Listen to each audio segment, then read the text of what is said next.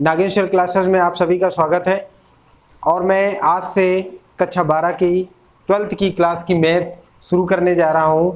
और प्यारे बच्चों, ये पूरा वीडियो देखिएगा क्योंकि इसमें आपको बहुत मज़ा आने वाली है। क्योंकि मैं ऐसा टॉपिक शुरू करने जा रहा हूं जो आपको प्रायः ज़्यादातर क्लासों में नहीं मिल पाता, और मिलता भी है तो आपको बहुत अच्छे से समझ में नहीं आता।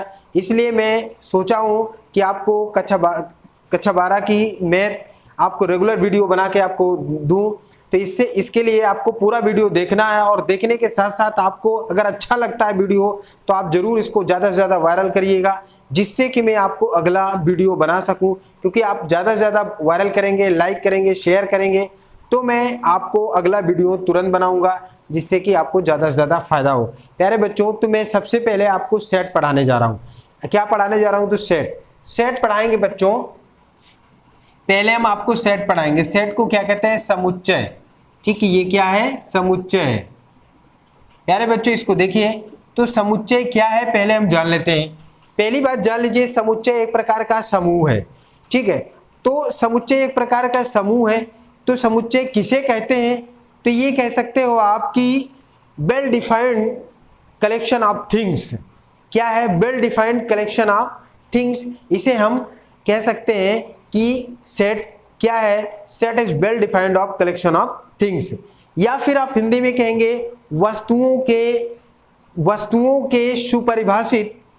का सुपरिभाषित संग्रह। वस्तुओं का सुपरिभाषित संग्रह को क्या कहते हैं? समुच्चय कहते हैं बच्चों। तो अब ये तो डिफिनीशन हो गया कि समुच्चय किसे कहते हैं। तो ये आप कह सकते हैं कि वस्तुओं का सुपरिभाषित संग्रह को हम समुच्चय कहते हैं।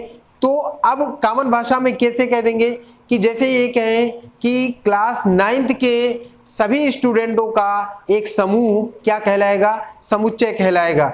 उसमें कॉमन बात क्या है कि वो सारे बच्चे 9th के ही हैं। ठीक है, तो ये कह सकते हैं कि भारत के भूतपूर्व प्रधानमंत्रियों का समुच्चय। तो इसमें भारत के भूतपूर्व सभी क्या हैं? प्रधानमंत्री हैं, वो उसमें कॉमन बात है। या कह सकते हैं राजा दशरथ की रानियों का समुच्चय। उसमें एक विशेषता है, राजा दशरथ की रानियां हैं, तो उसका एक समुच्चय हो गया। तो इस तरह से हम बच्चों समुच्चय समझते हैं। फिर उसके बाद अगला स्टेप हम देखते हैं कि समुच्चय के अवयव क्या सीखेंगे? समुच्चय के अवयव माने एलिमेंट्स ऑफ सेट। समुच्चय के अवयव मतलब एलिमेंट्स ऑफ सेट। तो समुच्चय के अवयव क्या होंगे? क्योंकि एक सेट होगा जिसके अवयव होंगे। जैसा मैंने बोला कि क्लास 9th एक सेट है, उसमें सभी स्टूडेंट उसके क्या कहलाएंगे? एलिमेंट्स कहलाएंगे, उसके अवयव कहलाएंगे। मैं ये कहूँ कि राजा दशरथ के रानियों का समुच्चय है, एक सेट है, तो उसमें राजा दशरथ के रानियों का एक सेट है, और रानियां जो हैं वो उसके क्या हैं? एलिमेंट्स हैं। जैसे क्या है? सुमित्रा है, कौशल्या है, कैकेयी है, क्या है? वो उसके एलिमेंट्स, वो सेट का एलिमेंट्स कहलाएंगी। इस तरह से जैसे कहे भूतपूर्व प्रधानमंत्रियों का समुच्चय, तो भूतपूर्व जितने भी प्रधानमंत्री हैं उस सेट के एलिमेंट्स कहलाएंगे। ठीक बच्चों, और इसकी खास बात, एलिमेंट्स अगर मान लीजिए सेट में लिखते हैं तो वो सदैव स्मॉल लेटर में लिखा जाता है। प्यारे बच्चों, वो किस में लिखा जाता है? स्मॉल लेटर में लिखा जाता है। और जो सेट लिखा जाता है वो सदैव कैपिटल लेटर में लिखा जाता है। इसको हम ये कह सकते हैं सेट का नोटेशन या समुच्चय का संकेतन। ठीक, तो समुच्चय का संकेतन अब आप जान लीजिए। जैसे सेट का संकेतन, तो कोई भी सेट लिखते हैं बच्चों, जो सेट लिखेंगे तो वो सब कैपिटल लेटर में लिखेंगे, ABCD इस टाइप से लिखेंगे। ये सब क्या होंगे? कैपिटल लेटर में होंगे। प्यारे बच्चों, अगर सेट लिखा जाता है तो ऑलवेज सभी कैपिटल लेटर में लिखा जाता है। सेट को किस में लिखते हैं? हम कैपिटल लेटर में लिखते हैं। लेकिन इसके जो एलिमेंट्स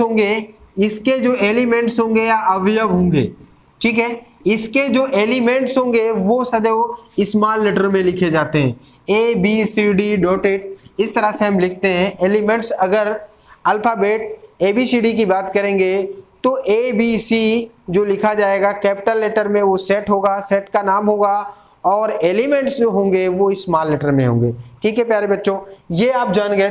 तो ये इसके बाद सेट को किससे लिखते हैं? जो सेट होगा से दो कर्ली ब्रैकेट्स में लिखा जाएगा, मजिला कोष्ठक में लिखते हैं प्यारे बच्चों। सेट को सदैव कर्ली ब्रैकेट्स में लिखते हैं, ये मजिला कोष्ठक में लिखा जाता है।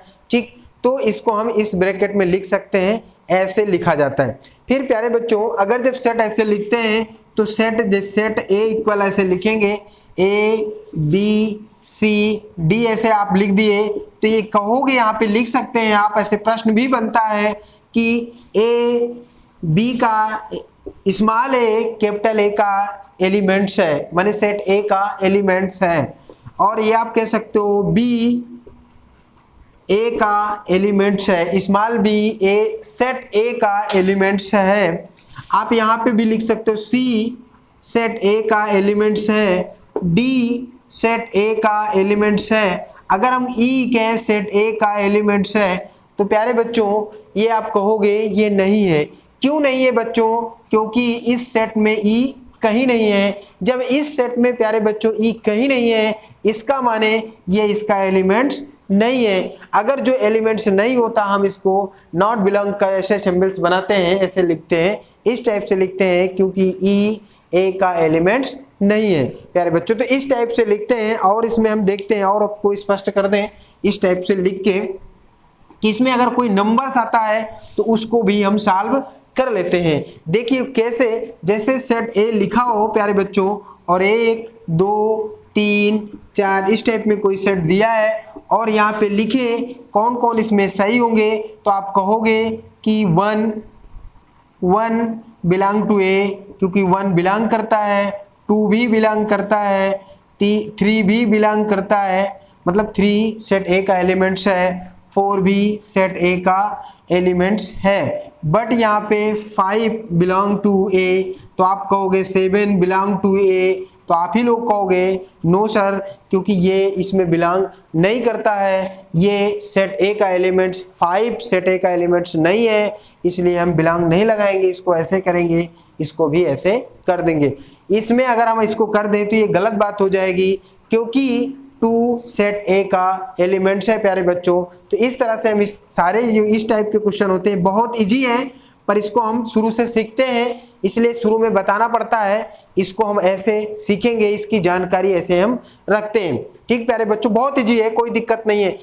जिस प्रकार इसको आप बहुत आराम से समझ पा रहे हैं तो इसके आगे कोई भी जितना भी आगे हम पढ़ेंगे सब बहुत सिंपल तरीके से सीखेंगे, आराम से सीखेंगे, इसमें कोई दिक्कत नहीं होगी। फिर इसके बाद हम समुच्चय का निरूपण सीखेंगे। समुच्चय के निरूपण में क्या है प्यारे बच्चों, उसमें कुछ रूल्स होते हैं, जैसे होता है तालिका विधि, सूची विधि, रोस्टर विधि। तालिका और सूची विधि या रोस्टर विधि एक ही होता है, मतलब इसको ये कहते हैं इंग्लिश में कहते हैं टैबुलर विधि है, और सूची विधि लिस्टिंग है, और रोस्टर मेथड है। तो इन मेथड को हम पढ़ते हैं प्यारे बच्चों। फिर उसके बाद दूसरा मेथड क्या होता है, सेट बिल्डर मेथड होता है, उसको सीखते हैं।